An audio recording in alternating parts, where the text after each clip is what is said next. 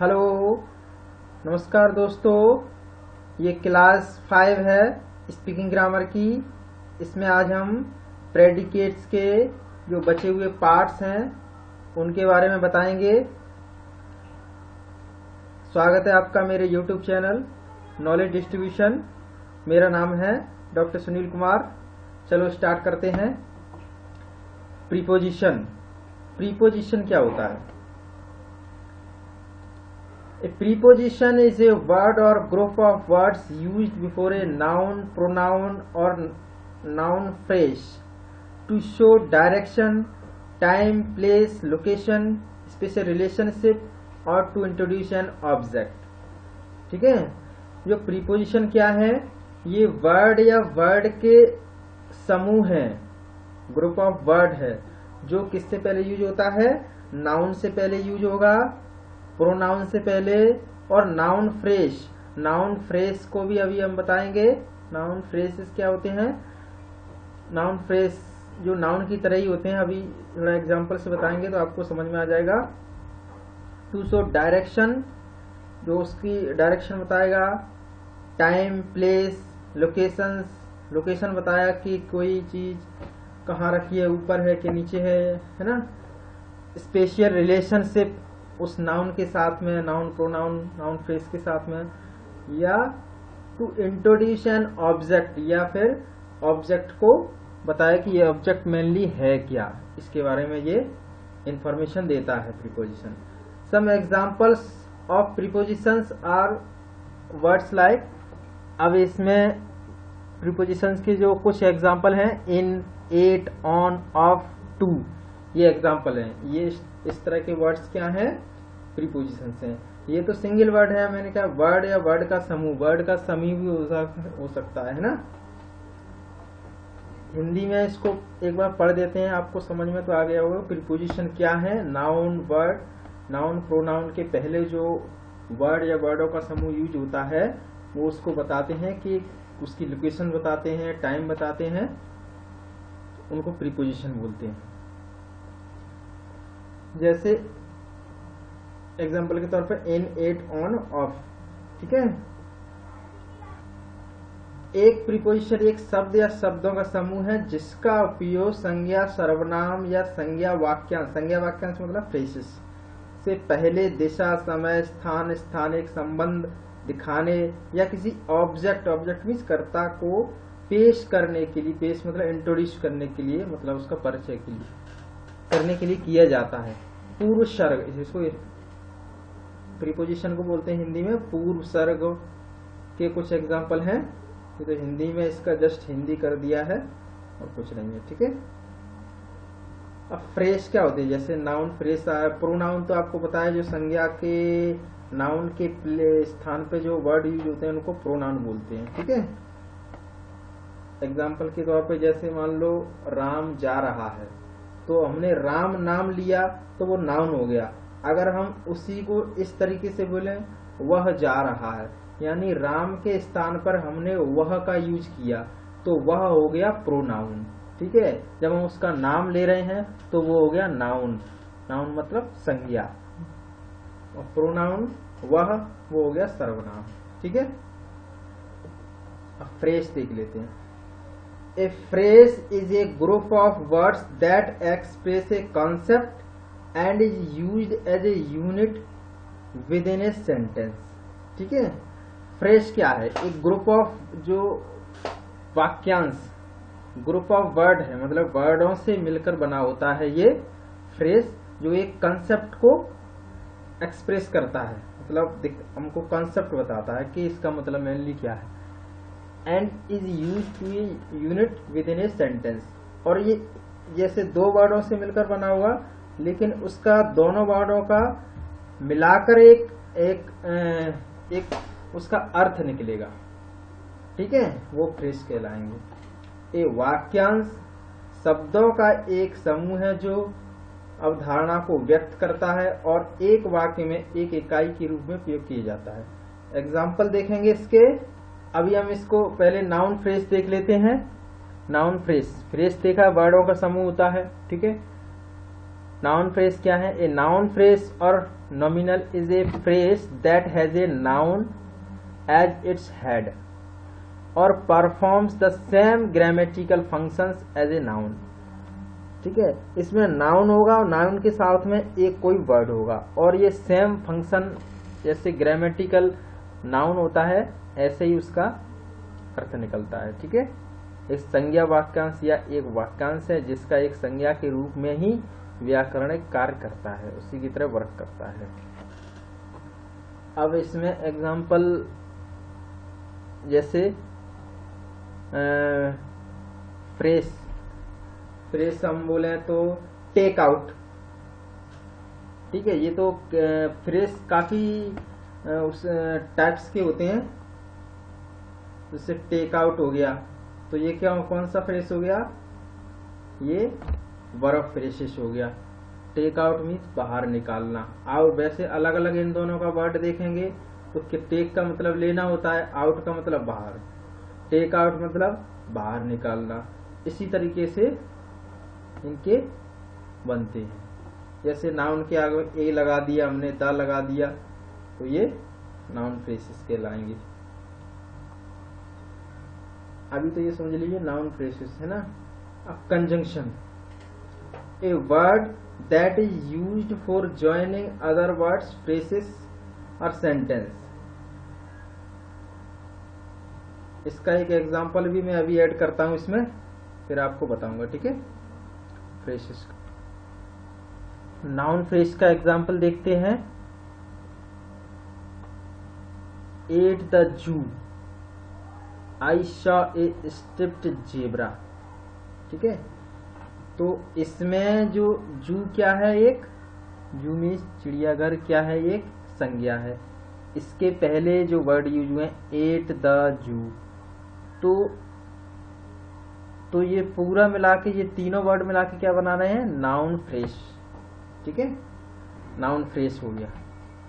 I saw a striped zebra, तो मैंने देखा एक स्ट्रिप्ड जेब्रा। जो स्ट्रिप्ड जेब्रा जो वर्ड है, जेब्रा क्या है? एक संज्ञा है, नाउन, और एक स्ट्रिप्ड जेब्रा जो तीनों वर्ड मिला के क्या बना रहे हैं? एक फ्रेश, नाउन फ्रेश। तो नाउन फ्रेश आपको समझ में आ गया हो कि वर्डों का समूह है जो कि नाउन से पहले यूज होता है और दोनों का फिर दोनों का मिला के एक ही मीनिंग निकलता है। नाउन फ्रेश होता है, वर्ब फ्रेशेस होते हैं जो दोनों का मिला के एक आंसर निकलता है ना। ठीक है, तो फ्रेश और नाउन फ्रेश आपको समझ में आ गया होगा। इसमें एक चीज और ध्यान रख लीजिए, ऐसे एट द जू, तो एट क्या है? ये एक प्रीपोजिशन है। ठीक है, that book on the table, जैसे मैं बोलूं एक किताब वो किताब उस टेबल पर है, तो यानी ऑन द टेबल मतलब टेबल के ऊपर है, उसके ऊपर की लोकेशन बता रहा है, उसके ऊपर है। और मैं बोलूं I am going to inside of the room, तो मतलब इन क्या है? आपका एक प्रोनाउन है। जितने भी जो वर्ड है ना, इन, एट, ऑन, जो आप यूज होते हैं, ये प्रोनाउन नहीं, सॉरी, इन क्या है? एक प्रीपोजिशन है। प्रीपोजिशन है, प्रोनाउन तो अलग है, वो अभी आएगा तो मैं बताऊंगा। एक और एग्जांपल देखते हैं, दैट न्यू ब्लैक बाइक। ठीक है, इसमें जो बाइक क्या है? बाइक इज ए नाउन, और ये जो बाकी चीजें हैं वो क्या कर रहे हैं? इस नाउन के बारे में, बाइक के बारे में बता रहे हैं। दैट न्यू ब्लैक बाइक है ना, जैसे न्यू ब्लैक, एक नई है और ब्लैक है, तो अकेली बाइक से तो कुछ मत, केवल बाइक है। अब ये इसको क्या बता रहे हैं? न्यू ब्लैक बाइक, तो ये पूरा मिला के बता रहे हैं एक न्यू ब्लैक बाइक, ऐसा एक वर्ड बन गया। तो 2-3 वर्डों को मिलाकर एक नाउन फ्रेज बनता है, इतना समझ लीजिए। अब आते हैं conjunction. A word that is used for joining other words, phrases और सेंटेंस। फ्रेसेस आपको पता है 2 वर्डों से मिलकर बना होता है, उनको जोड़ने के लिए या 2 वर्डों को जोड़ने के लिए या सेंटेंसों को जोड़ने के लिए जो वर्ड यूज होते हैं उनको बोलते हैं कंजंक्शन। ठीक है, एक शब्द जो अन्य शब्द या वाक्यांशों या वाक्यों को जोड़ने के लिए प्रयोग किया जाता है वो कंजंक्शन कहलाता है। जैसे एंड, एंड के द्वारा हम 2 शब्दों को, है ना, राम एंड श्याम, ठीक है, नाउन को जोड़ते हैं। बट, और, एटसेट्रा मतलब और भी हो सकते हैं। ठीक है, तो इस टाइप्स के जो वर्ड हैं जो 2 शब्दों या सेंटेंस को जोड़ने के लिए यूज होते हैं उनको बोलते हैं कंजंक्शन। अब आर्टिकल नंबर 7 है, an article is any member of the class of dedicated words. ये भी एक क्या है, प्रेडिकेट का पार्ट है। इनका ज्यादा इतना वो नहीं है, लेकिन समझना चाहिए, समझने के लिए मैं बता रहा हूँ कि आर्टिकल 3 होते हैं, द, ए, एन, बस। और द जैसे कोई नाउन है उसके पहले द लगाते हैं, ए और एन। जब हम किसी वर्ड को बोलते हैं तो वोवल्स आता है, मतलब उसका जो बोलने का जो स्वर आता है, हिंदी में बोले तो स्वर से स्टार्ट होता है, तो एन लगाते हैं। और कॉन्सोनेंट्स मतलब स्वर से नहीं स्टार्ट होता है तो ए लगाते हैं। An article is any member of the class of dedicated words. जो डेडिकेटेड वर्ड्स हैं, आर्टिकल है वो डेडिकेटेड वर्ड है, मतलब ये जो विशिष्ट वर्ड है ए, एन और द, इनको आर्टिकल में रखा गया है। That are used with noun phrase, noun phrase के साथ में यूज होते हैं। जैसे अभी मैंने बोला ए बाइक, ए जेब्रा, ठीक है, द अर्थ, तो द हमने लगाया अर्थ के लिए।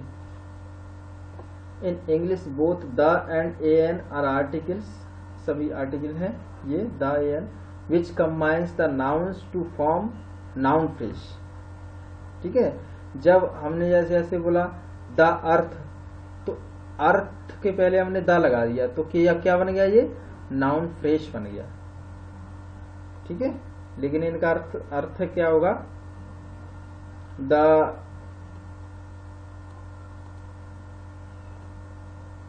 अब किसी सिटी का नाम लें तो वो भी बोल सकते हैं द इंडिया, तो द का जो अर्थ है वो केवल उसको डिस्क्राइब करने के लिए है, लेकिन जो नाउन का फंक्शन है वो उसका वही रहेगा।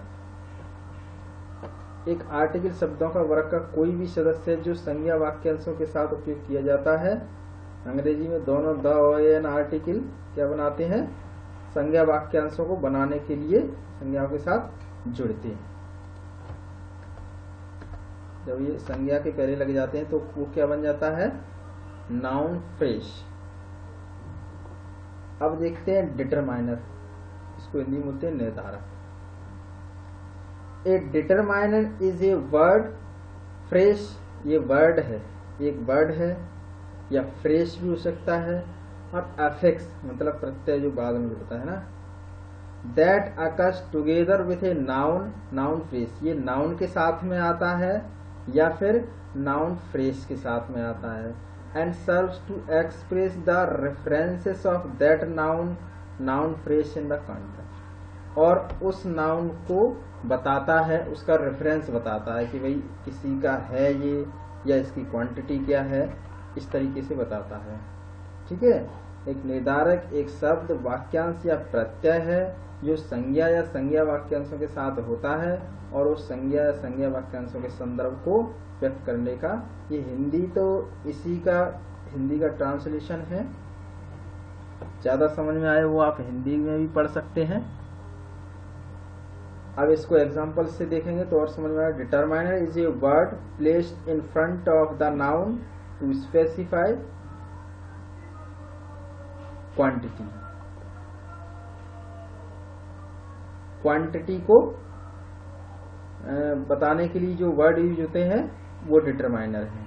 ठीक है, जैसे एक शब्द जो मात्रा को, ये तो हिंदी है, इसका एग्जाम्पल के तौर पे देखते हैं, 1 डॉग, एक डॉग। ठीक है, मैनी डॉग, तो ये इसकी क्वांटिटी बता रहे हैं कितने डॉग हैं, तो ये क्या हुए, ये आपके डिटरमाइनर कहलाएंगे। 1 हो गया, मैनी हो गया।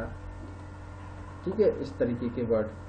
टू क्लैरिफाई, एक तो इस तरीके के वर्ड, और दूसरा to clarify that the noun refers to, और ये क्लैरिफाई करें कि ये जो नाउन है वो किसका है, किससे संबंधित है। जैसे माई डॉग, तो ये मेरे को इंडिकेट कर रहा है कि ये मेरा डॉग है। दैट डॉग, तो वो दूर की वस्तु को, दूर के डॉग को दिखा रहा है कि भाई दूर है, दैट डॉग। द डॉग है ना, noun. All determiners can be classified as one of the following, या तो ये आर्टिकल्स होंगे, आर्टिकल्स मतलब ए एन द में से होंगे डिटरमाइनर, जैसे द डॉग, तो ये क्या है, ये आर्टिकल भी है और ये डिटरमाइनर भी है। ठीक है, या फिर क्या होंगे, ये demonstrative, that, this, these, those, ये भी हो सकते हैं, है ना, दैट, ये ना, तो ये भी हो सकते हैं। डिटरमाइनर्स क्या होते हैं, जो ये बताते हैं कि कोई चीज किसी की है, उसको निर्धारित करते हैं, या फिर उसकी क्वांटिटी बताते हैं कि किसके कितनी क्वांटिटी में है, या फिर आर्टिकल्स हो सकते हैं। इतना ध्यान रखिए। अब प्रोनाउंस, प्रोनाउंस तो आपको हिंदी में एक सरल डेफिनेशन है कि जो संज्ञा के बदले में जो वर्ड यूज होते हैं उनको बोलते हैं प्रोनाउंस। ये प्रोनाउंस क्या क्या हो सकते हैं, आई, मी, ही, सी, herself, you, it, they, that, they, each, few, many, who, whoever, whose, someone, everybody, etc. is a word that takes the place of noun, जो noun का स्थान लेते हैं। ठीक है, उनको क्या बोलते हैं, प्रोनाउंस। जैसे अभी मैंने एक एग्जांपल से बताया, राम जाता है या राम जा रहा है। अब इसको राम तो हमने नाम ले दिया, अब इसको प्रोनाउन, जैसे हम बोले वह जा रहा है, तो हमने राम के स्थान पे वह शब्द का यूज कर लिया, तो वो क्या हो गया, प्रोनाउन। ठीक है, लास्ट जो प्रेडिकेट का पार्ट है वो है ऑब्जेक्ट। ऑब्जेक्ट मीन्स होता है, जैसे सब्जेक्ट कर्ता, और ये है ऑब्जेक्ट कर्म, हिंदी में बोलते हैं कर्म। ये क्या होता है, this is the last part of predicate, it's main aim is to show the work with ending. यह प्रेडिकेट का लगभग अंतिम भाग होता है। ठीक है, अंतिम भाग है, इसका मुख्य उद्देश्य कार्य को समाप्त करते हुए दिखाना होता है। जैसे I have to go to Delhi, मुझे दिल्ली जाना है, दिल्ली जाना है, तो इसमें जो दिल्ली शब्द है वो आपका कर्ता हो गया, वो सॉरी ऑब्जेक्ट हो गया, जिसको हिंदी बोलते हैं कर्म। सब्जेक्ट हमेशा वाक्य को शुरू करता है और ऑब्जेक्ट हमेशा वाक्य को समाप्त करता है। ये ऑब्जेक्ट देखो एंड में आता है। रवि इज प्लेइंग क्रिकेट, यहां ये क्रिकेट आपका क्या है, ऑब्जेक्ट है। I think you have understood what is object and parts of sentence. तो हम इसमें इम्परेटिव वो सॉरी स्टेटमेंट सेंटेंस देख रहे थे। स्टेटमेंट सेंटेंस का फर्स्ट पार्ट देखा हमने सब्जेक्ट। सब्जेक्ट के बाद जो बाकी जो पार्ट बचा हुआ है उसको बोलते हैं प्रेडिकेट। प्रेडिकेट्स के अंदर आपके 10 पार्ट्स थे, जिसमें आपका हेल्पिंग वर्ब आ जाएगा, वर्ब आ जाएगा, एडजेक्टिव आ जाएगा, एडवर्ब आ जाएगा, कंजंक्शन, प्रीपोजिशन, ऑब्जेक्ट आ जाएगा, प्रोनाउंस आ जाएंगे। ठीक है, बाकी जो बचे हुए हैं वो सब प्रेडिकेट में आएगा और डिटरमाइनर्स भी आ जाएंगे। तो अब आपको समझ में आ गया होगा कि ऑब्जेक्ट क्या है और ये तो हम नेक्स्ट क्लास में आपको नेक्स्ट जो सेंटेंस है इंटरोगेटिव उसके बारे में बताएंगे। उसके बाद फिर आपका मॉडल वर्ब स्टार्ट होंगे। तो मॉडल वर्ब आपको देखना जरूरी है। प्लीज सब्सक्राइब माय चैनल, जिससे आपको आने वाले वीडियो के बारे में पता चल जाए और आप उसको देख सकें। Thank you.